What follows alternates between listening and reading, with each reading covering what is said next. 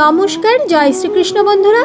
আজ আমরা রাধা মাধবের অষ্টসখীর নাম সম্পর্কে জানব।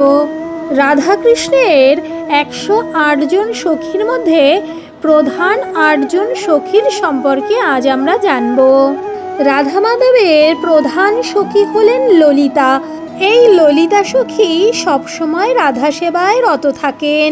দ্বিতীয় প্রধান সখী হলেন বিশাখা, তিনি প্রেমদূতী ও কৌশলী।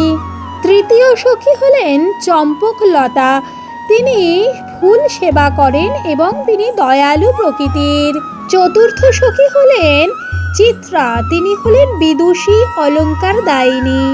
পঞ্চম সখী হলেন তুঙ্গবিদ্যা, তিনি শাস্ত্রজ্ঞা এবং সবসময় তিনি কৃষ্ণ সেবাময়ী। ষষ্ঠ সখী হলেন ইন্দুলেখা, তিনি বুদ্ধিমতী ও কৃষ্ণ প্রেমদায়িনী।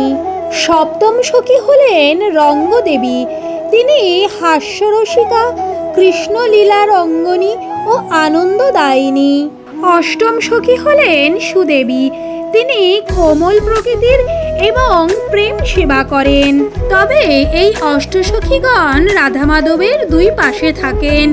ডান পাশে থাকেন ললিতা, চম্পকলতা, চিত্রা ও তুঙ্গবিদ্যা, আর রাধা মাধবের বাম পাশে থাকেন বিশাখা, ইন্দুলেখা, রঙ্গদেবী ও সুদেবী।